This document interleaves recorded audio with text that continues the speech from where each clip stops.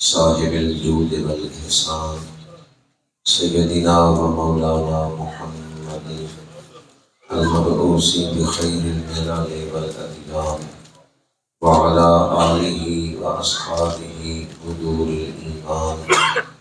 أما بعد فأعوذ بالله من الشيطان الرجيم. بسم الله الرحمن الرحيم. أمن هو قانت آناء الليل ساجدا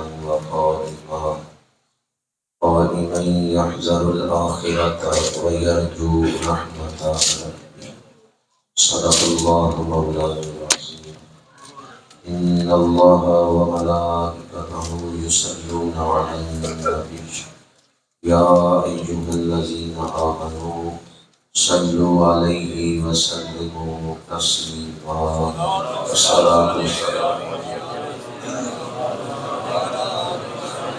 الصلاة والسلام عليك يا رسول الله وعلى آلك وأصحابك يا حبيب الله. زینت مسند صدارت، فخر بساط روحانیت، یادگار اسلاف حضرت قبلہ پیر سید محمد شاہ صاحب دامت برکاتہم العالیہ سجادہ نشین آستان عالیہ بلوچ شیرہ،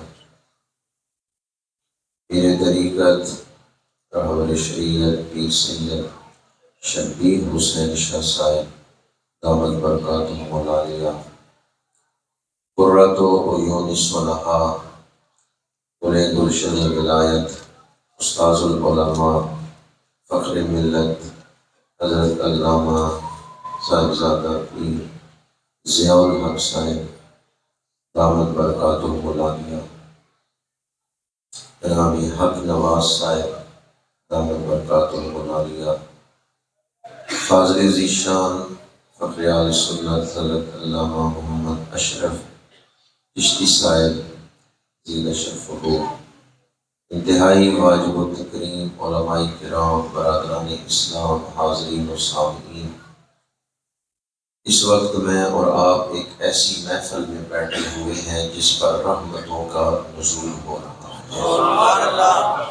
ابھی بیان ہو رہا تھا، جب نعت شریف پڑھی جا رہی تھی، یوں محسوس ہو رہا تھا کہ جیسے کوئی جنتی درخت ہلا رہا ہے اور حاضرین کی جھولیوں میں جنتی پھل گر رہے ہیں۔ آج اس محفل میں عرس پاک کی اس تقریب سعید میں شامل ہو کر ہمیں اپنے گناہ بخشوانے کا موقع مل گیا ہے، مقدر چمکانے کا موقع مل گیا ہے۔ عرس پاک کی محفل بڑی برکتوں والی محفل ہے۔ عرس پاک کی محفل صاحب عرس اور ان کے سلسلہ عالیہ کی روحانی خدمت کا نام ہے۔ پاسبان آداب شریعت، دانائے رموز طریقت، یادگار اسلاف زینت الاصفیاء حضرت قبلہ میاں سلطان علی صاحب رحمت اللہ تعالی علیہ وقدس سرہ العزیز، آپ کے سالانہ عرس پاک کی محفل ہے۔ جتنی دیر آپ لوگ اس محفل میں بیٹھے ہوئے ہیں، آپ صاحب عرس اور ان کے سلسلہ عالیہ کے مشائخ کی روحانی خدمت میں بیٹھے ہوئے ہیں۔ ایک ہے جسمانی خدمت کرنا، وضو کرا دینا، پانی کا پیالہ پیش کر دینا۔ وہ مشائخ جو ہماری پیدائش سے پہلے اس دنیا سے پردہ فرما گئے، آج اگر ان کی خدمت کرنی ہو تو ایصال ثواب کریں، عرس کی محفل میں شامل ہوں، ختم پاک کی محفل میں شامل ہوں، یہ روحانی خدمت ہے۔ بیٹا باپ کی قبر پہ جائے، وہ احسان نہیں کر رہا بلکہ اپنے باپ سے وفا کر رہا ہے۔ شاگرد استاد کی قبر پہ حاضری دے، وہ اپنے استاد سے وفا کر رہا ہے۔ مرید مرشد کے مزار پہ حاضری دے، وہ اپنے مرشد سے وفا کر رہا ہے۔ اور امتی رسول اللہ کے روضہ پاک پہ حاضری دے، وہ اپنے آقا سے وفا کر رہا ہے۔ من حج ولم یزرنی فقط جفانی، روزے پہ حاضری دینا روزے والوں کے ساتھ وفا ہے۔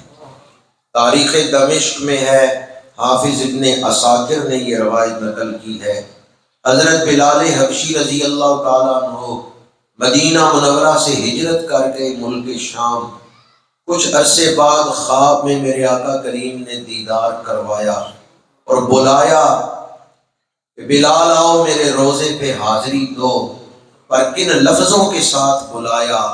ما ہاذہ الجفوۃ یا بلال، بلال یہ کیا بے وفائی ہے، اتنا عرصہ ہوا تو میرے روزے پہ نہیں آیا۔ ما ہاذہ الجفوۃ یا بلال۔ سیدنا بلال حبشی اٹھتے ہیں اسی رات جس رات خواب دیکھا ہے، سفر کی تیاری کر رہے ہیں، آنکھوں سے آنسو جاری ہیں اور سفر کی تیاری کر رہے ہیں۔ گھر والے پوچھتے ہیں راتوں رات کہاں جانے کا ارادہ کر لیا؟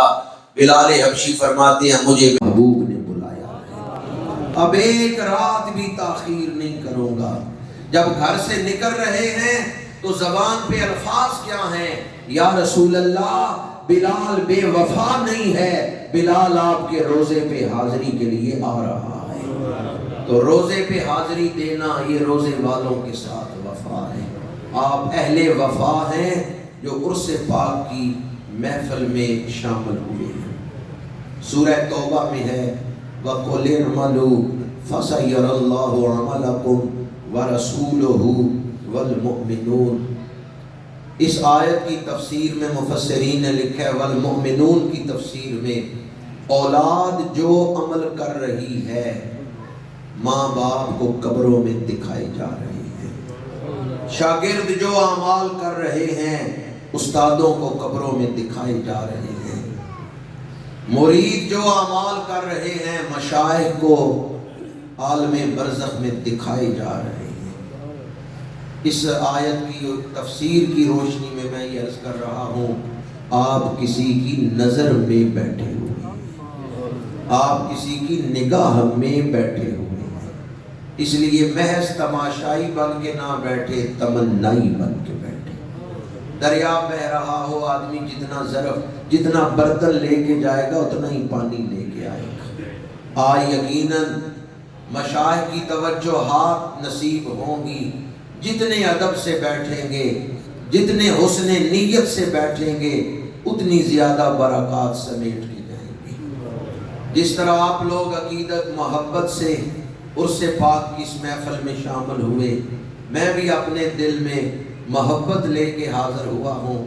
مجھے چند ایک مرتبہ ہندوستان میں 2-3 مرتبہ دلی حاضری کا موقع ملا ہے۔ جب میں قطب الاقطاب شیخ الشیوخ فخر المشائخ حضرت قبلہ خواجہ قطب الدین بختیار کاکی رحمۃ اللہ تعالی علیہ کے مزار پاک پہ حاضر ہوا تو جو نقشہ آپ کے مزار پاک کا دیکھا، جو ایک ماحول آپ کے مزار پاک پہ دیکھا، جب میں پہلی دفعہ یہاں اس آستانہ عالیہ پہ حاضر ہوا اور صاحب عرس کے مزار پہ حاضر ہوا تو مجھے مزار شریف کا وہی نظارہ جو دلی میں خواجہ قطب الدین بختیار کاکی کے روزے کا تھا، وہی نظارہ یہاں بھی نظر آیا۔ بالکل مزار شریف اسی طرح بنا ہوا ہے۔ اور پھر مجھے بعد میں یہ بات پتہ چلی کہ آپ کا تو تعلق بھی اسی سلسلہ نور کے ساتھ۔ چرونڈ اور اس علاقہ میں رہنے والوں آپ خوش نصیب ہو، اللہ کا ایک ولی آپ کے درمیان تشریف فرما ہے۔ میں یہ نہیں کہتا تشریف فرما تھے، کیونکہ اولیاء کرام دنیا سے پردہ بھی کر جائیں، ان کے مزارات کی مٹی بھی فیض تقسیم کرتی ہے۔ مولانا جامی نے بڑی پیاری بات لکھی ہے، خوشا مسجد و مدرسہ و خانقاہ کہ دروے بوت کی لو کال محمد۔ مسجد، مدرسہ اور خانقاہ یہ تینوں بڑی اچھی جگہیں ہیں، ہمیں ان سے محبت ہے۔ کیوں؟ یہ ہمارا تعلق رسول اللہ سے جوڑ دیتی ہے۔ اور میں اور آپ اس وقت جہاں بیٹھے ہوئے ہیں یہاں تینوں ہی مراکز ہیں، مسجد بھی ہے، درسگاہ بھی ہے اور خانقاہ بھی ہے۔ جس ہستی کے عرص پاک میں ہم حاضر ہیں، میں نے آپ کی زندگی کے بارے میں چند ایک سطور پڑھی تو مجھے پتہ چلا کہ آپ ایسی قابل رشک زندگی گزار کے گئے ہیں جس پہلو سے دیکھیں آپ ایک ہفت رنگ ہیرا ہیں، جس زاویے سے دیکھیں آپ کی شخصیت چمکتی ہوئی نظر آتی ہے اور نور بانٹتی ہوئی شخصیت نظر آتی ہے۔ خیر الناس من ینفع الناس، بہترین انسان وہ ہے، لوگوں میں بہتر وہ ہے جس سے دوسروں کو نفع حاصل ہوتا ہے۔ اور آپ کی شخصیت ایک شجر سایہ دار کی شخصیت تھی۔ اگر دیکھیں کہ آپ طبیب تھے تو آپ صرف جسموں کے طبیب نہیں تھے، آپ تو دلوں کے بھی طبیب تھے۔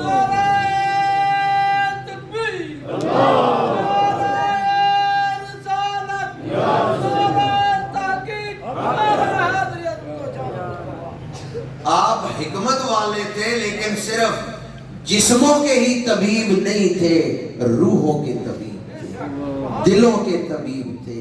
اور اگر کہیں کہ آپ صوفی باصفا تھے تو صرف صوفی باصفا نہیں، زینت بزم صوفیاء۔ اپنے دور کے بڑے بڑے صوفیاء آپ سے، مشائخ آپ سے ملاقات کے لیے یہاں چرن کی سرزمین پہ قدم رنجا ہوتے رہے۔ صاحب عرس کی زندگی کے جس مرحلے کو دیکھیں قابل رشک کردار نظر آتا ہے۔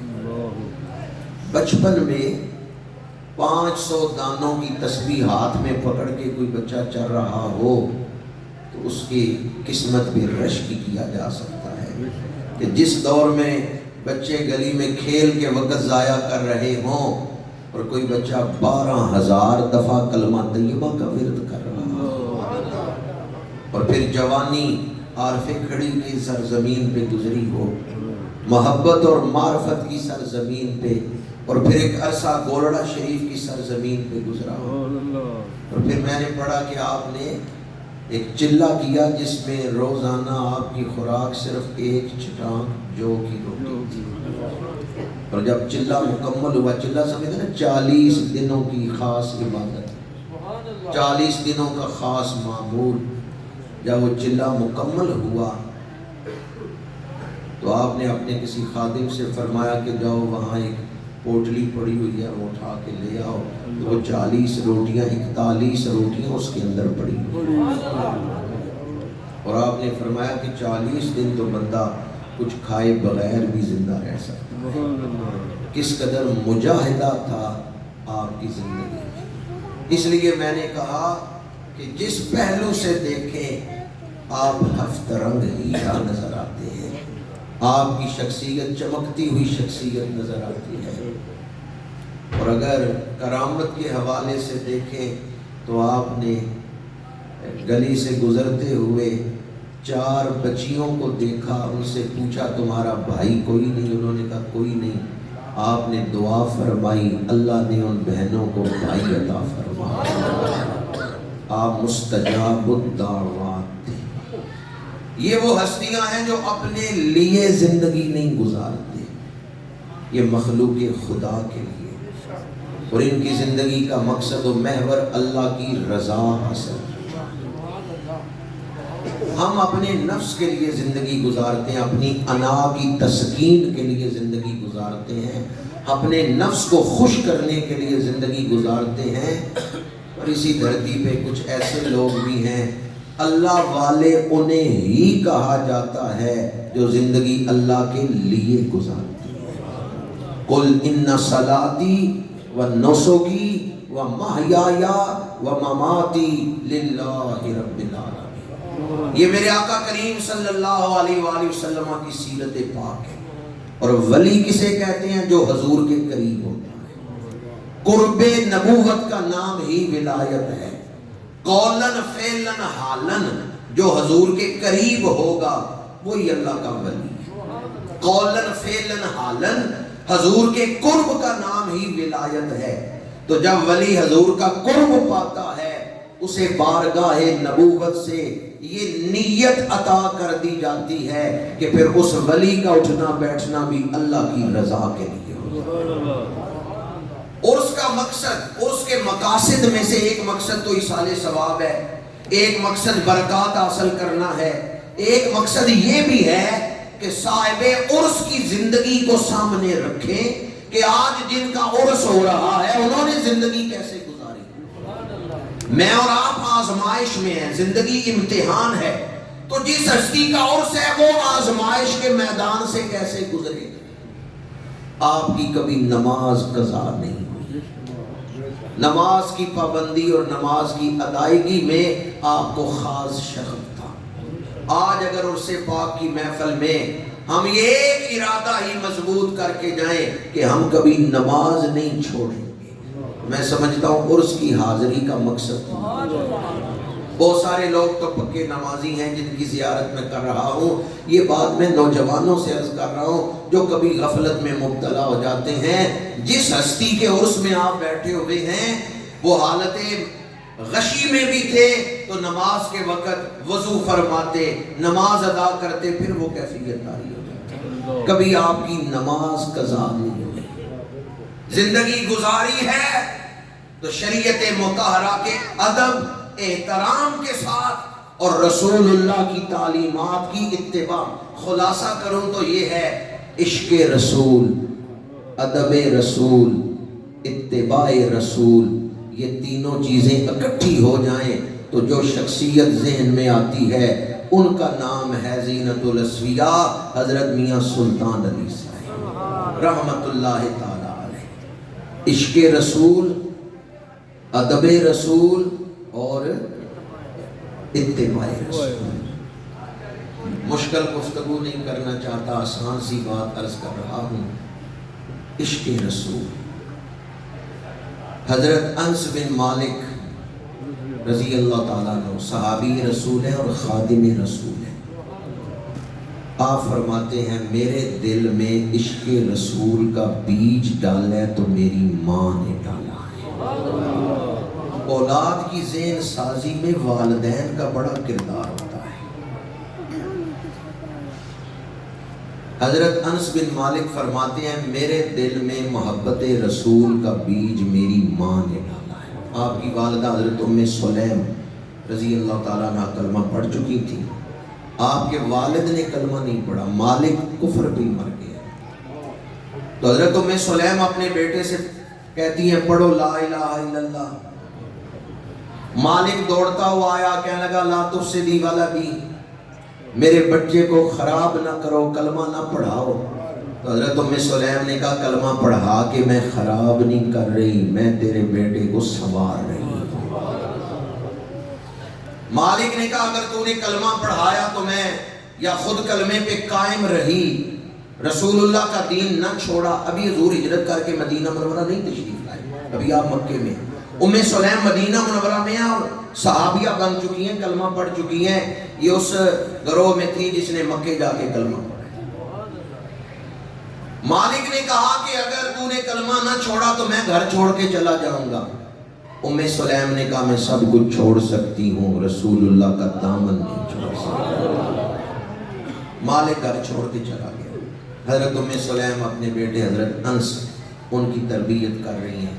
انس فرماتے ہیں میں گلی میں بچوں کے ساتھ کھیل رہا تھا، میری ماں آئی اور فرمانے لگی انس ان بچوں کے ساتھ کھیلنے سے تجھے کیا ملے گا، جاؤ جا کے وہاں کھڑے ہو جاؤ جہاں صحابہ کرام رسول اللہ کا انتظار کر رہے ہیں. میرے آقا ہجرت فرما کے تشریف لا رہے ہیں مدینہ منورہ، صحابہ اس جگہ کھڑے ہیں جو راستہ مکے سے آتا ہے، حضور کا انتظار کر رہے ہیں. حضرت انس فرماتے ہیں میرے دل میں میری ماں نے عشق رسول کا بیج ڈالا اور فرمایا انس وہ آنکھیں بڑی شان والی ہوتی ہیں جو نبی کا چہرہ دیکھ لیتی ہیں. یا اللہ جنہوں نے اس پہ سبحان اللہ کہا ہے انہیں حضور کا دیدار عطا فرما. وہ آنکھیں بڑی شان والی ہوتی ہیں جو اللہ کے حبیب کا چہرہ دیکھ لیتی ہیں. حضرت انس کہتے ہیں میرے دل میں عشق نے جوش مارا، محبت نے جوش مارا. میں نے کھیل چھوڑی، دوڑتے ہوئے وہاں جا کے کھڑا ہو گیا جہاں صحابہ انتظار میں کھڑے تھے. میں بھی ایڑیاں اٹھا کے دیکھنے لگا کہیں رسول اللہ کی سواری نظر آئے، میں بھی دیدار کروں اور واپس جا کے اپنی ماں کو بتاؤں میں خوش نصیبوں میں شامل ہو گیا، مجھے دیدار رسول کی شان حاصل ہو گئی ہے. پھر میرے آقا تشریف لے آئے، حضرت انس نے دیدار کیا. کیسا لمحہ ہوگا جب رسول اللہ کے حسن لا یزال کو دیکھ رہے ہو۔ دوڑ کے گئے، اپنی ماں کو بتایا میں نے دیدار رسول کر لیا ہے۔ جس صحابی کے پاس کھجوروں کے باغ تھے وہ باغ میں گئے، کھجوریں اتاری، ٹوکرے بھرے، رسول اللہ کی خدمت میں لے آئے۔ یا رسول اللہ صلی اللہ علیہ وسلم، آپ کے پاس مہمان آ رہے ہیں، زیارت کے لیے لوگ آ رہے ہیں، یہ کھجوریں ہماری طرف سے ہدیہ رکھ لیں، یہ مہمانوں کی تواضع کے کام آ جائیں گے۔ کوئی صحابی گھر گئے، جانور ذبح کیا، گوشت بنایا، گوشت بنا کے لے آئے، حضور کی خدمت میں ہدیہ پیش کیا۔ یا رسول اللہ مہمان آ رہے ہیں، یہ گوشت ان کی تواضع کے کام آ جائیں گے۔ کوئی صحابی گھر گئے، اناج اٹھایا، اناج لے کے آئے، حضور کی خدمت میں پیش کیا۔ حضرت ام سلیم اپنے بیٹے انس سے کہتی ہیں، انس کوئی کھجوریں لے کے جا رہا ہے، کوئی گوشت لے کے جا رہا ہے، کوئی اناج لے کے جا رہا ہے، میں مسکین عورت ہوں، میں اپنے نبی کی بارگاہ میں کیا تحفہ پیش کروں، میں کیا ہدیہ پیش کروں، میرے پاس تو نہ کھجوروں کے باغ ہیں، نہ جانوروں کے استبل ہیں، میں کیا پیش کروں۔ انس کہتے ہیں ماں، مہمانوں کی خدمت کے لیے کسی نوکر کی تو ضرورت ہے، تو اپنے بیٹے کو ہی حضور کی خدمت میں پیش کر دے۔ ماں نے بیٹے کا ہاتھ پکڑا، حضور کی خدمت میں حاضر ہوئے۔ ام سلیم عرض کرتی ہیں، یا رسول اللہ صلی اللہ علیہ وسلم، جن کے کھجوروں کے باغ تھے وہ کھجوروں کے ٹوکرے بھر کے لے آئے، جن کے پاس جانور تھے گوشت بنا کے آپ کی خدمت میں لائے، کوئی اناج لے کے آیا، میں مسکین عورت ہوں، میرے پاس اور کوئی دولت نہیں، میری ساری دولت یہ میرا بیٹا انس ہے۔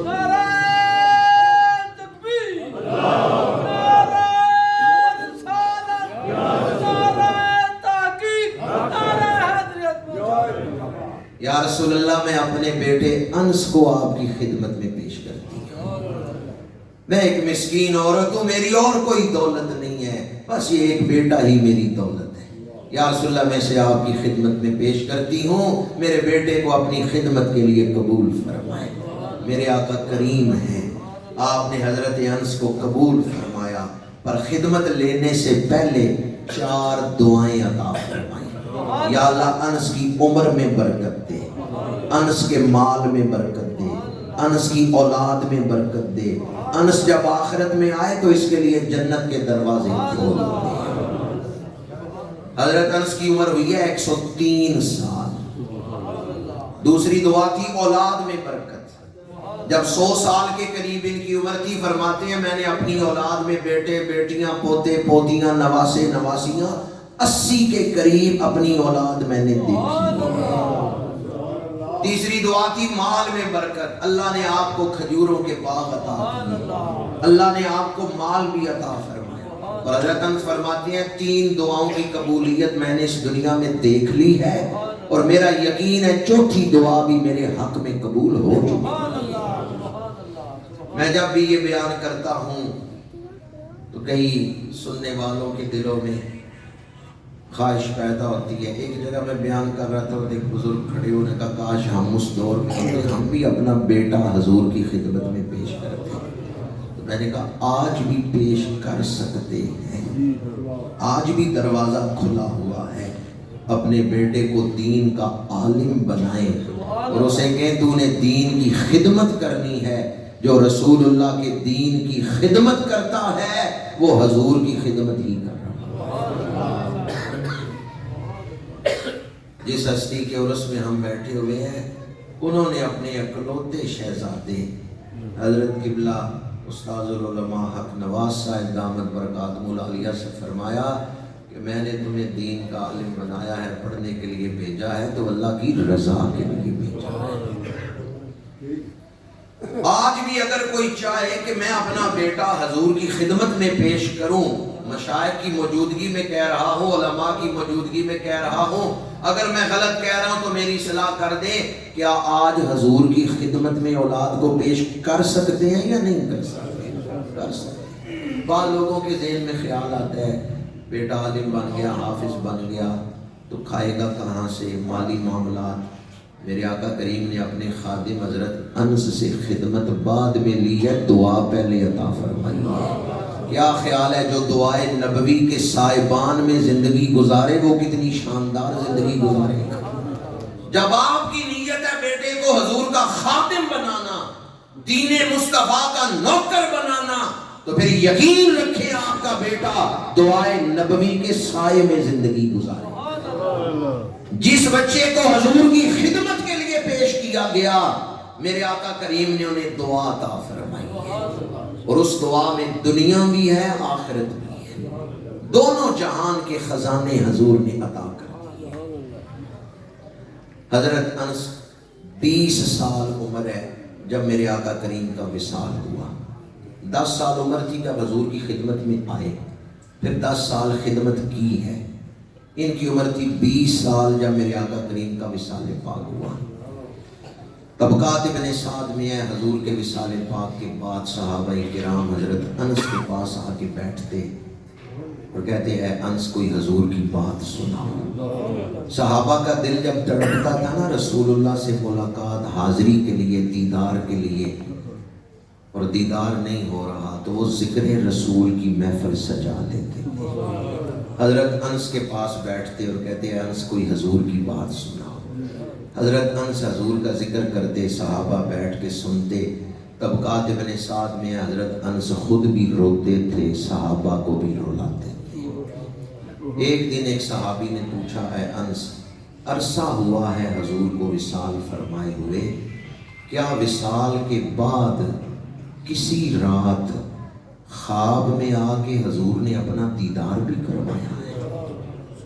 کیا کسی رات، آپ تو حضور کے خادم تھے، تو کیا آپ نے، اللہ کے رسول نے اپنے خادم کو کسی رات خواب میں آ کے زیارت کروائی ہے؟ یہ سوال ایک صحابی نے کیا تو فوراً حضرت انس نے جواب دیا، حوالہ دے رہا ہوں طبقات ابن سعد میں ہے، ما من لیلۃ الا وارا فیہا حبیبی۔ مجھ سے پوچھتے ہو کہ کسی رات زیارت کروائی ہے یا نہیں، میری تو کوئی ایک رات بھی دیدار رسول کے بغیر نہیں۔ حضرت انس نے کہا مجھے ہر رات میرا محبوب اپنا دیدار کرواتا ہے، کوئی ایک رات بھی دیدار کے بغیر نہیں۔ اس امت میں ایسے لوگ گزرے ہیں، ایسے فنا فی الرسول افراد گزرے ہیں، ایسی ہستیاں گزری ہیں جنہوں نے زندگی حضوری کی کیفیت میں گزاری۔ جسم دنیا کے کسی خطے میں تھے، دل مجلس محمدی میں رہتے تھے، دھیان حضور کی مجلس کی طرف ہی رہتا تھا۔ حضوری کی کیفیت میں زندگیاں گزارنے والی لاکھوں ہستیاں اس امت میں گزری ہیں، حضوری کی کیفیت۔ کچھ ہستیاں ایسی گزری ہیں جنہیں ہر رات حضور کا دیدار نصیب ہوتا۔ علامہ جلال الدین سیوطی نے تنویر الحوالک فی شرح موطا امام مالک کے اندر یہ روایت نقل کی ہے، اور حلیۃ الاولیاء میں بھی یہ روایت ہے۔ حضرت امام مالک سے پوچھا گیا آپ نے مدینہ منورہ کا بڑا ادب کیا ہے، کیا اس ادب کی کوئی برکت بھی زندگی میں ظاہر ہوئی ہے؟ امام مالک صاحب الموطا، جنہوں نے حدیث پاک کی کتاب تصنیف کی ہے، تالیف کی ہے الموطا، وہ فرماتے ہیں واللہ ما بت الا رأیت رسول اللہ صلی اللہ علیہ وآلہ وسلم، اللہ کی قسم ہے میری کوئی ایک رات بھی حضور کی زیارت کے بغیر نہیں، مجھے ہر رات میرے محبوب نے اپنا دیدار۔ دو ہستیوں کا ذکر میں نے کیا آپ کے سامنے جنہیں ہر رات دیدار ہوتا تھا۔ ویسے ہر دور میں ایسے افراد موجود رہے ہیں جنہیں حضوری کی کیفیت اور مجلس نبوی کی شان حاصل تھی۔ تاجدار گورڑا کی بڑی مشہور نعت ہے، اج سکھ متراں دی ودھیری ہے، کیوں دلڑی اداس گلیری ہے، لولو وچ شوق چنگیری ہے، اج نینا لائیاں کیوں جڑیاں۔ اس نعت میں آپ نے حضور کا حلیہ پاک بیان کیا ہے، دسے صورت راہ بے صورت دا، توبہ راہ کے عین حقیقت دا، پر کم نہیں بے سوجت دا، کوئی ورلیاں موتی لے کریاں، اس صورت نو میں جان آکھاں جان آکھاں کے جانے جہان آکھاں، سچ آکھاں تے رب دی شان آکھاں، جس شان تو شانہ۔ نعت میں آپ نے وہ واقعہ بھی بیان کر دیا ہے کہ پہلے مجھے دیدار ہوا ہے، بعد میں نعت لکھ رہا ہوں۔ لاؤ مکتی مخدت برد یمن، من بھاوری جھلک دکھاؤ سجن، اوہ مٹھیاں گالی الاؤ مٹھن جو ہمرا وادی سن کریاں، اوہ مٹھیاں گالی الاؤ مٹھن جو ہمرا وادی سن کریاں۔ تاجدار گولڑا کو ہمرا وادی میں رسول اللہ کا دیدار ہوا سفر حج کے دوران۔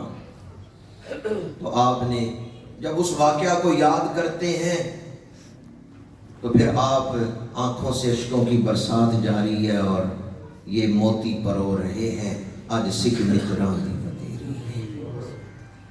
اس امت میں ایسے افراد موجود رہے ہیں جو حضور کی رہنمائی میں چلتے رہے ہیں۔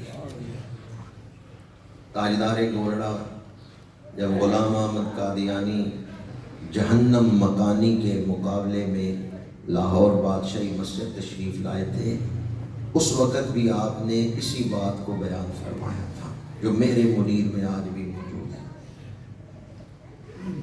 حضور شیخ الاسلام والمسلمین خواجہ قمر الدین سیالوی رحمۃ اللہ تعالیٰ علیہ کا فرمان ذیشان ہے کہ جتنے فتنے اسلام کو مٹانے کے لیے اٹھائے گئے ہیں، اگر کوئی جھوٹا مذہب ہوتا کب سے مٹ گیا ہوتا۔ یہ اسلام کی سچائی کی دلیل ہے کہ جو فتنے ٹکراتے رہے وہ مٹتے رہے، اسلام آج بھی اصل تعلیمات کے ساتھ موجود ہے۔ تو ایک فتنہ جو ماضی قریب میں اٹھا، مرزا غلام احمد قادیانی جہنم مکانی کی شکل میں، اس نے دشمنی رسول کا اظہار کیا۔ مرزائیت کوئی مذہب نہیں ہے، یہ رسول اللہ کے ساتھ دشمنی ہے، یہ اسلام کے ساتھ عداوت ہے۔ اس وقت ہمارے بزرگوں نے کتابیں بھی لکھی، علمی اعتبار سے مرزے کو جھوٹا ثابت کیا کتابوں کی صورت میں۔ سب سے پہلے حضرت مناظر اسلام علامہ غلام دستگیر قصوری، انہوں نے کتاب لکھی۔ پھر حضرت شیخ الحدیث علامہ فضل احمد امرتسری، انہوں نے، ان کے بعد اعلیٰ حضرت اشاہ احمد رضا خان بریلوی رحمۃ اللہ تعالیٰ علیہ، اور پھر تاجدار گولڑا۔ اعلیٰ حضرت گولڑوی کی جو کتابیں ہیں، دوسرے مسالک کے لوگ بھی کہتے ہیں، انور شاہ کاشمیری جو دیوبندیوں کے ہاں شیخ الحدیث بھی ہے اور شارح بخاری بھی ہے، اس نے یہ کہا ہے کہ میں نے سیف چشتیائی جیسی کتاب نہیں اس موضوع پر دیکھی جو تاجدار گولڑا نے لکھی۔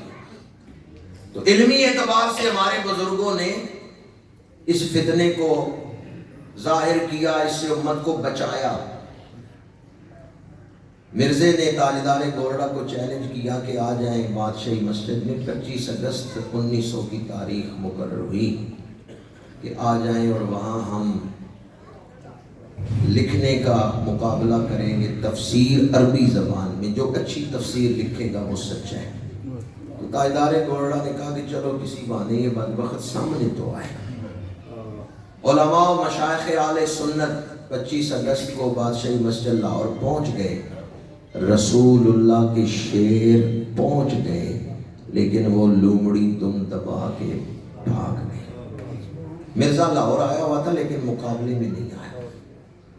اس نے اپنا ایک کاسب بھیجا، اپنا ایک نمائندہ بھیجا، اور جا کے 25 26 27 3 دن وہاں رسول اللہ کے غلام بادشاہی مسجد میں موجود رہے ہیں۔ مسجد بھری ہوئی تھی، باہر لوگ تھے، مینار پاکستان والی جو جگہ ہے منٹو پارک، یہاں تک لوگ تھے، آنا جانا لوگوں کا لگا ہوا تھا۔ دیکھی ہوئی ہے نا اپنے بادشاہی مسجد، چھوٹا سا حصین ہے اس کا، تلاوت ہو رہی ہے، نعتیں ہو رہی ہیں، بیانات ہو رہے ہیں، مشائخ موجود ہیں۔ مرزے کا ایک نمائندہ آیا، اس نے کہا جی کہ مرزا تاجدار گولڑا کے مقابلے میں وہ لکھنے والا مقابلہ، تفسیر لکھنے کا مقابلہ، وہ تو نہیں ہوگا، اس سے تو اس نے فرار اختیار کیا ہے، وہ کہتے ہیں مجھے جان کا خطرہ ہے۔ ہاں ایسا کرو کہ کسی کوڑے کے پاس پیر میر علی شاہ صاحب کو لے جاؤ، اگر یہ کوڑے کو ٹھیک کر دیں تو یہ سچے ہیں۔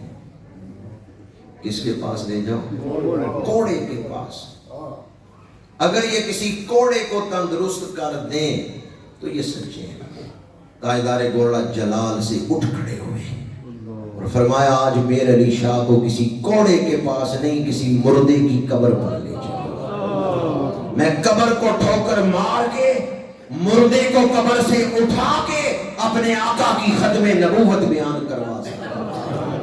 نعرہ تکبیر، نعرہ رسالت، نعرہ تحقیق، عظمت مصطفیٰ، عظمت مصطفیٰ۔ میرے منیر میں چند دنوں کے بعد تاجدار گولڑا سے پوچھا گیا آپ نے اتنا بڑا دعویٰ کر دیا کہ میں مردے کو قبر سے اٹھا کے اپنے آقا کی ختم نبوت بیان کروا سکتا ہوں، مردے کو زندہ کر سکتا ہوں۔ تاجدار گولڑا نے فرمایا یہ الفاظ ہیں میرے منیر میں موجود، کٹی قلعے دے سر تے کدتی۔ فرمایا میں نے کب دعویٰ کیا تھا؟ مجھ سے تو سائیوں نے دعویٰ کروایا تھا، مجھے تو ایک رات پہلے رسول اللہ نے دیدار کروایا اور فرمایا میر علی شاہ کل ڈرنا نہیں، تو جو کہے گا وہ ہو جائے۔ ہم ان ہستیوں کے پیچھے چل رہے ہیں جو رسول اللہ کی رہنمائی میں چلتے ہیں، جو حضور کی نگاہ کے پروردہ ہیں، جو رسول اللہ کی توجہات کے پروردہ ہیں۔ اور سے پاک میں بیٹھنے والوں اس انداز میں نعرے کا جواب نہ دینا کہ مجلس محفل عرس کی ہو رہی ہے اور ایک دینی محفل میں ہم بس ذکر کر رہے ہیں اور اللہ اکبر کہہ رہے ہیں۔ نہیں، آج ایک بار پھر حالات نے ہمیں للکارا ہے یہ دیکھنے کے لیے کہ یہ پیر میر علی شاہ کے وارث ہیں یا نہیں، یہ امیر ملت جماعت علی شاہ کے وارث ہیں یا نہیں۔ ہمیشہ کچھ سالوں کے بعد 2-4 سال گزرتے ہیں، پھر وہ کوئی ایسی آواز بلند کرتے ہیں جس سے عقیدہ ختم نبوت پہ حملہ کرتے ہیں۔ اور چند دن پہلے ہمارے چیف جسٹس صاحب نے بھی ایسا کوئی فیصلہ لکھا ہے۔ آج عرس پاک کی اس محفل میں بیٹھ کے اس انداز میں نعرے کا جواب دیں، پتا چلے یہ وہ لوگ ہیں جو اپنے بزرگوں کی محنت کو ضائع نہیں ہونے دیں گے۔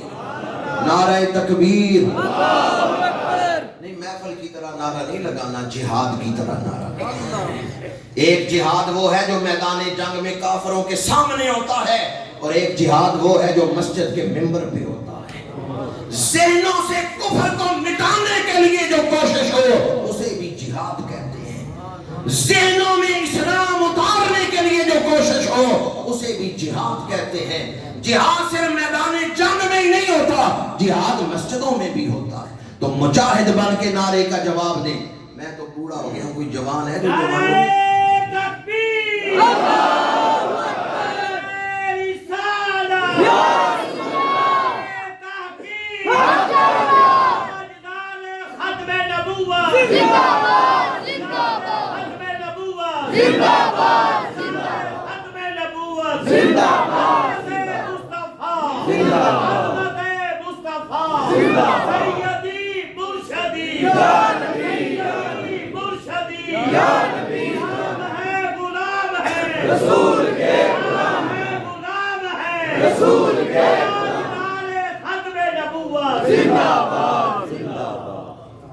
آپ نے کوئی ایسا ملک دیکھا ہے کہ جس کے جج آئین کے خلاف فیصلہ کریں؟ پاکستان ایک ایسا ملک بن چکا ہے کہ جس کی اعلیٰ عدلیہ ہی پاکستان کے آئین اور دستور کے خلاف فیصلے دے رہی ہے۔ آئین میں کچھ اور لکھا ہوا ہے، فیصلہ کچھ اور دیا جا رہا ہے۔ زیادہ تشریح نہیں کر رہا، اور یہ بھی اپنے طور پہ ہی عرس پاک کی انتظامیہ ذمہ دار نہیں ہے، میں اپنے طور پہ تشریح کر رہا ہوں۔ اگر کوئی کہے، انہوں نے جو فیصلہ دیا ہے نا اس میں انہوں نے لکھا ہے کہ ہر شہری کو اپنے مذہب کی تبلیغ کی اجازت ہے، تو پتہ ہے ان کا مذہب ہے کیا؟ میں نے عرض کیا وہ مذہب تو ہے ہی نہیں ہے، وہ تو اسلام دشمنی ہے، وہ تو رسول اللہ کے ساتھ بغض ہے، عداوت ہے، رسول اللہ کے ساتھ بغاوت ہے۔ مرزائیت کیا ہے؟ بغاوت رسول اللہ کی، رسول اللہ کی دشمنی کا نام مرزائیت۔ ان کی کتابوں میں لکھا، مرزے کی ساری کتابیں میرے پاس موجود ہیں، جتنا لٹریچر مرزے نے لکھا ہے نا وہ سارا میرے پاس موجود ہے۔ ماشاء اللہ، جی جی، آیت ہے محمد الرسول اللہ، وہ بدبخت کہتا ہے اس سے میں مراد ہوں۔ اور اس سے بھی بڑی بات، اس سے بھی بڑی جسارت، انہوں نے کہا وہ محمد جو مکے میں آئے تھے ان میں محمدیت کامل نہیں ظاہر ہوئی، کامل تو قادیان میں آ کے ظاہر ہوئی۔ استغفر اللہ، نقل کفر، اس کی اجازت دی جائے۔ ہم اپنے جج صاحب سے کہتے ہیں آپ ہی اپنی اداؤں پہ ذرا غور کریں، ہم اگر عرض کریں گے تو شکایت ہوگی، ہم اگر عرض کریں گے تو توہین عدالت ہوگی۔ آپ سے پہلے بھی کوئی اس سیٹ پہ رہا ہے، چیف جسٹس افضل زلہ صاحب، وہ بھی سپریم کورٹ کے چیف جسٹس تھے، ان کی سربراہی میں جو ایک بینچ بنا تھا انہوں نے لکھا تھا کہ مرزائیت کو اگر تبلیغ کی اجازت دی جائے تو اس کا مطلب ہے پاکستان میں سلمان رشدی تیار کیے جا رہے ہیں۔ سب جانتے ہیں نا سلمان رشدی، یہ بھی سپریم کورٹ کے جسٹس نے لکھا ہوا ہے کہ اگر پاکستان میں قادیانیت کو تبلیغ کی اجازت دی جائے تو اس کا مطلب ہے کہ پاکستان میں سلمان رشدی تیار کیے جا رہے ہیں۔ اس ملک میں اگر آپ انارکی پھیلانا چاہتے ہیں تو مرزائیوں کو اجازت دے کے دیکھیں۔ آئین میں کچھ اور لکھا ہوا ہے، جسٹس صاحب کچھ اور فیصلہ کر رہے ہیں۔ ایک مثال دے رہا ہوں کہ جو انہوں نے اجازت دی ہے نا مرزائیت کی تبلیغ کی، اسلام کو کفر کے لبادے میں پیش کرنے کی اجازت دی ہے کہ اسلام کو کفر کے لبادے میں آپ پیش کر سکتے ہیں۔ مثلا کوئی کہے کہ حاجی ابو جہل رحمت اللہ علیہ وہ غزوہ بدر میں آئے مسلمانوں سے لڑنے کے لیے، تو لفظ حاجی کی توہین ہے یا نہیں؟ رحمت اللہ علیہ کی توہین ہے یا نہیں؟ سمجھانے کے لیے کہہ رہا ہوں کہ سمجھ جائے تو ٹھیک ہے، نہ سمجھے تو ہمارا زور نہیں ہے۔ شیطان کا نام ہے ابلیس۔ اگر کہا جائے کہ قاضی ابلیس تو لفظ قاضی کی توہین ہے یا نہیں؟ اور جس کے نام کے ساتھ قاضی آتا ہے اسے غصہ لگے گا یا نہیں؟ تو ہر لفظ کے استعمال کا ایک مقام ہے، اس سے ہٹ کے استعمال کریں تو اس لفظ کی بھی توہین ہوتی ہے۔ مرزائیت توہین اسلام کا نام ہے، رسول اللہ کی گستاخیوں کا نام، اور اس کی اجازت دی جائے۔ 1953 میں 54 میں حضرت مجاہد ملت علامہ عبدالستار خان نیازی رحمۃ اللہ تعالیٰ قصور میں مرزائیت کے خلاف تقریر کر کے لاہور آ رہے تھے، راستے میں پولیس نے گاڑی سے اتارا، گرفتار کر کے تھانے لے گئے، چند دنوں بعد عدالت میں پیش کیا۔ جج نے کہا عبدالستار خان نیازی، یہ بات عرض کر رہا ہوں کہ 1974 میں آئین بنا ہے جس میں لکھا گیا ہے کہ جو حضور کو آخری نبی نہیں مانتا وہ مسلمان نہیں۔ 54 سے 74 تک 20 سال محنت کی۔ یہ 1954 کا واقعہ جو میں آپ کو سنا رہا ہوں۔ مجاہد ملت قصور تقریر کر کے لاہور آ رہے ہیں، راستے میں پولیس نے گرفتار کیا، عدالت میں پیش کیا۔ جج نے کہا عبدالستار خان نیازی معافی نامہ لکھ دو، میں تمہیں آزاد کر دیتا ہوں۔ بزرگوں نے تو زیارت کی ہے، جانتے ہیں میں کس ہستی کا ذکر کر رہا ہوں۔ نوجوانوں کو عرض کر رہا ہوں، اونچا لمبا قد، سرخ و سفید رنگ، پگڑی باندھتے ہیں تو ترا بھی اونچا، عدالت کے کٹہرے میں کھڑے ہیں۔ جج نے کہا عبدالستار خان نیازی معافی نامہ لکھ دو، میں تمہیں چھوڑ دیتا ہوں، آزاد کر دیتا ہوں۔ آپ نے فرمایا جج صاحب معافی نامے میں کیا لکھنا ہے؟ وہ عبارت بھی مجھے بتا دیں کہ معافی نامے میں نے لکھنا کیا ہے۔ جج نے کہا لکھ دو کہ آئندہ میں مرزائیت کے خلاف تقریر نہیں کروں گا، پچھلی کی معافی، آئندہ میں اس موضوع پہ تقریر نہیں کروں گا۔ عدالت کے کٹہرے میں کھڑے ہو کے مجاہد ملت نے کہکا لگایا اور کہکا لگا کے کہا جج صاحب آپ مجھے آزاد کریں، میں باہر نکل کے پہلا کام ہی یہ کروں گا، میں باہر نکل کے پہلی صدا ہی یہ بلند کروں گا، میرے آقا اللہ کے آخری نبی، آپ تاجدار ختم نبوت ہیں، اب آپ کے بعد قیامت تک کوئی نیا نبی پیدا نہیں ہوگا۔ مرزائیت جھوٹی ہے اور جو مرزائیوں کا یار ہے وہ اسلام کا غدار ہے۔ جب آپ نے عدالت کے کٹہرے میں کھڑے ہو کے یہ کہا، جج کو غصہ آ گیا، اس نے انگریزی زبان میں غصے میں کہا you will be hand by neck, میں تمہیں گردن سے لٹکا دوں گا، you will be hand by neck, میں تمہیں سزائے موت دوں گا، پھانسی کی سزا دوں گا۔ انگریزی مجاہد ملت کو بھی آتی تھی۔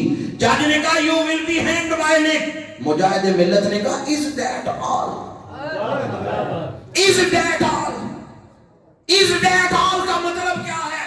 جج نے کہا میں تمہیں پھانسی کی سزا دوں گا، مجاہد ملت نے کہا بس اتنی ساری سزا، بس اتنی ساری سزا۔ جج صاحب تمہیں پتہ ہی نہیں ہم اپنے آقا سے پیار کتنا کرتے ہیں۔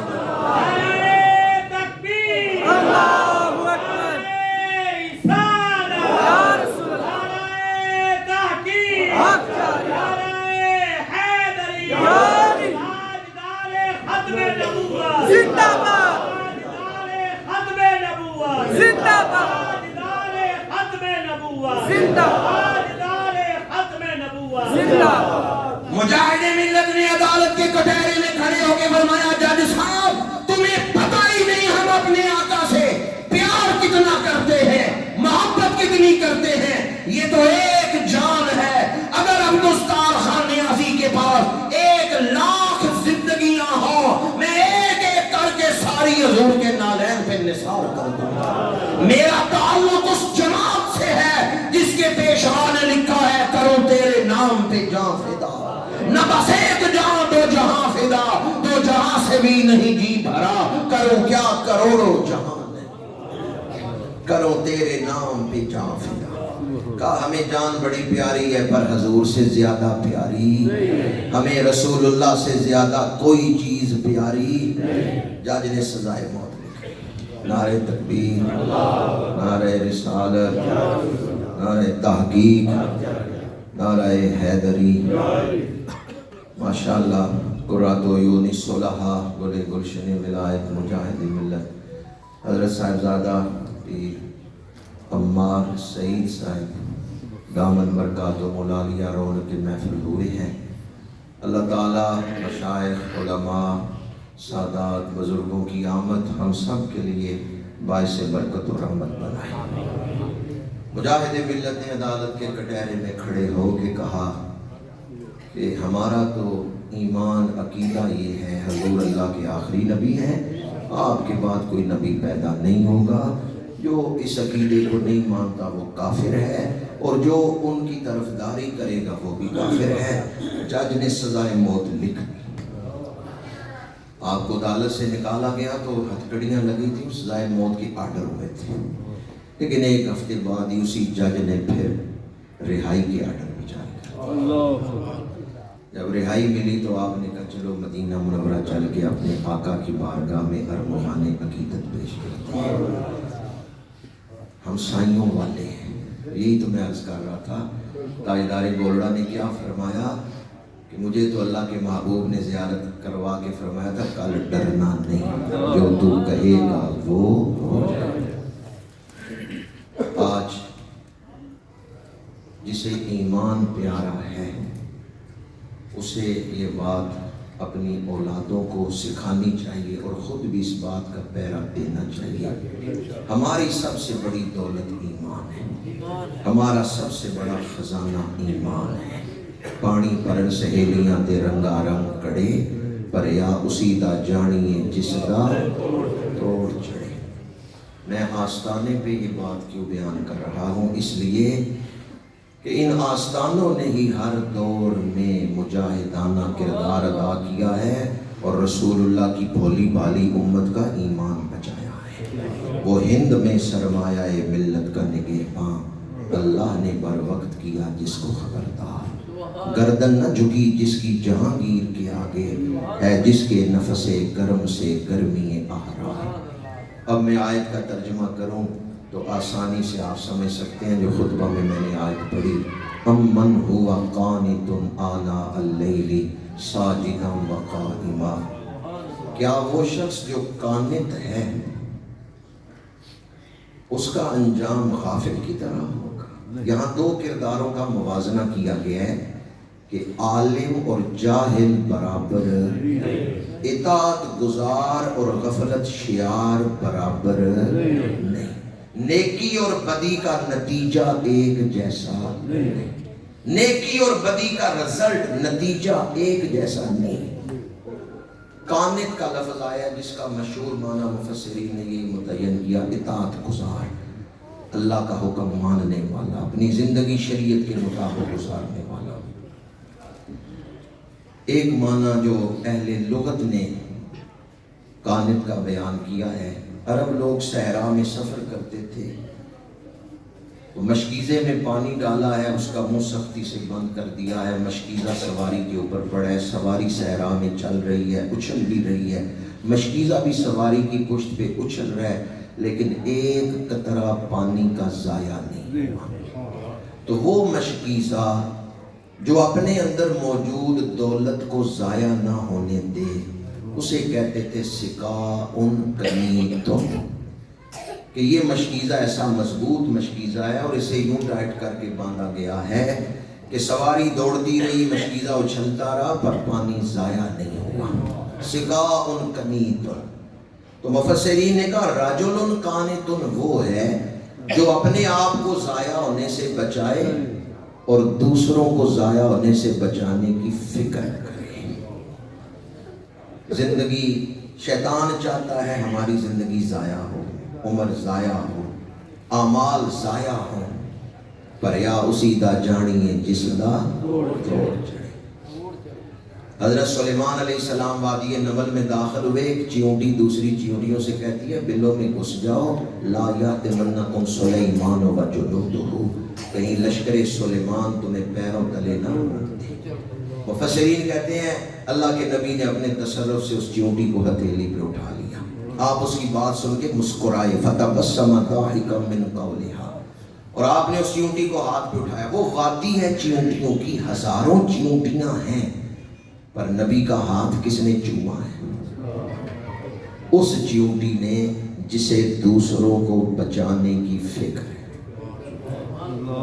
نبی کا ہاتھ کس نے چوما ہے؟ جسے دوسروں کو بچانے کی، جو کوشش کر رہی ہے بچ جاؤ، جو ہلاکت سے بچانے کی فکر کرے، وہ چیونٹی حضرت سلیمان کا ہاتھ چوم رہی ہے۔ تو جو رسول اللہ کی امت کو بچانے کی فکر کرے، میرے آقا اسے دیدار بھی عطا کرتے ہیں، مصافحہ بھی عطا کرتے ہیں۔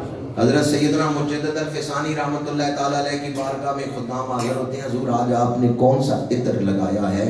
کمرہ مہک رہا ہے، آپ کے ہاتھوں سے بڑی جاذب خوشبو آ رہی ہے۔ آپ فرماتے ہیں عطر کوئی نہیں لگایا، کل رسول اللہ کا دیدار ہوا ہے، آپ سے مصافحہ، یہ دست رسول کا لمس ہے جس کی خوشبو میرے ہاتھ سے آ رہی ہے، اور آپ کو دیدار ہوا اور لمس ہوا، آپ کی گراں قدر خدمات ہے اس امت کو بچانے کے لیے۔ یہی بات میں اس سے پاک میں آپ کی خدمت میں عرض کرنا چاہتا ہوں، اور ان ہستیوں کے ہو رہے ہیں جنہوں نے اپنے وقت کو ضائع ہونے سے بچایا، اپنے سانسوں کو اور اپنی عمر کو، اپنی صلاحیتوں کو ضائع ہونے سے بچایا اور دوسروں کی فکر کی، امت رسول کی فکر کی کہ ان کی زندگی بھی ضائع نہ ہو۔ کون سا درد تھا جو داتا صاحب کو غزنی سے لاہور لے کے آیا ہے؟ کون سی فکر تھی جو خواجہ خواجگاں کو چشت میں لے کے آئی ہے؟ بس آخری بات کر رہا ہوں، جڑیں تو وہ تھے جو کفرستان میں آئے اور وہاں انہوں نے اسلام کے جھنڈے گاڑ دیے۔ خواجہ خواجگاں جب اجمیر گئے ہیں تو وہاں کوئی مسجد تھی جس میں آپ نے ڈیرا لگایا ہے؟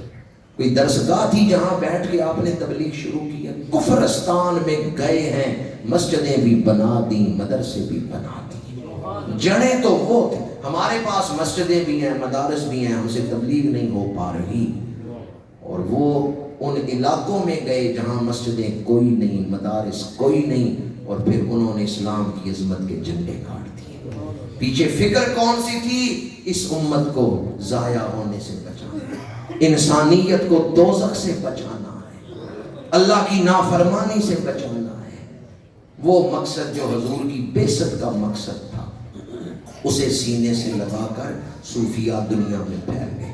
میں نے حضرت انس کے ذکر سے گفتگو شروع کی تھی، انہی کے ذکر پہ سمیٹ رہا ہوں۔ آپ کو حضرت فاروق اعظم نے بصرے بھیج دیا تبلیغ کے لیے خلافت فاروقی کے دور۔ تو بصرے میں آپ کا جو ڈیرا تھا اس کا نام رکھا گیا زاویہ۔ زاویے کا مطلب ہے ٹرننگ پوائنٹ۔ زاویے کا لفظ جب آیا ایران میں تو بن گیا خانقاہ، اور ادھر ہندوستان میں آیا تو بن گیا آستانہ، درگاہ، دربار، آستانہ، خانقاہ۔ یہ لفظ بعد میں بولے گئے ہیں، پہلے صحابی رسول خادم رسول حضرت انس کے ڈیرے کے لیے بصرے میں زاویے کا لفظ بولا گیا، اور زاویے کا معنی ہے ٹرننگ پوائنٹ، موڑ۔ اللہ والوں کے آستانوں پہ آئیں، یہ دل کا رخ موڑ دیتی ہے۔ عجب شان تیری یا غوث جلی ہے، گھر آتا ہے چور تو بندہ ولی ہے۔ یہ آستانے اصلاح معاشرہ میں، ایمان بچانے میں، فکر آخرت پیدا کرنے میں بنیادی کردار ادا کرتے ہیں۔ طیبہ سے منگائی جاتی ہے، سینوں میں چھپائی جاتی ہے، توحید کی میں پیالوں سے نہیں نظروں سے پلائی جاتی ہے۔ آج ہم اس آستانہ عالیہ پر عرس پاک کی اس محفل میں یہ ارادہ کرتے ہیں، غلامی رسول میں موت بھی قبول ہے۔ اور عقیدہ ختم نبوت کے حوالے سے آج تجدید عزم کرتے ہیں۔ کیا خبر کتنے تارے کھلے چھپ گئے، پر نہ ڈوبے نہ ڈوبا، پر نہ ڈوبے نہ ڈوبا ہمارا نبی۔ ہمیں سب سے زیادہ حضور کی ذات سے پیار ہے، اپنی جان سے، اولاد سے بعد میں پیار ہے، پہلے اللہ کے رسول سے پیار ہے۔ اور یہ ملک بنایا گیا تو حضور کے نام پہ بنایا گیا۔ یہی بات حضرت مولانا شاہ منورانی نے بھی فرمائی تھی اسمبلی کے فورم پہ کہ رسول اللہ سے بے وفائی کر کے دیکھو، پھر دیکھنا تمہارا حشر کیا ہوتا ہے۔ اور اگر کوئی وفا کرے تو اقبال ایک الہامی مضمون باندھتے ہوئے خوشخبری دیتے ہیں کہ محمد سے وفا تو نے تو ہم تیرے ہیں، یہ جہاں چیز ہے کیا لوح و قلم تیرے ہیں، وآخر دعوانا ان الحمدللہ رب العالمین۔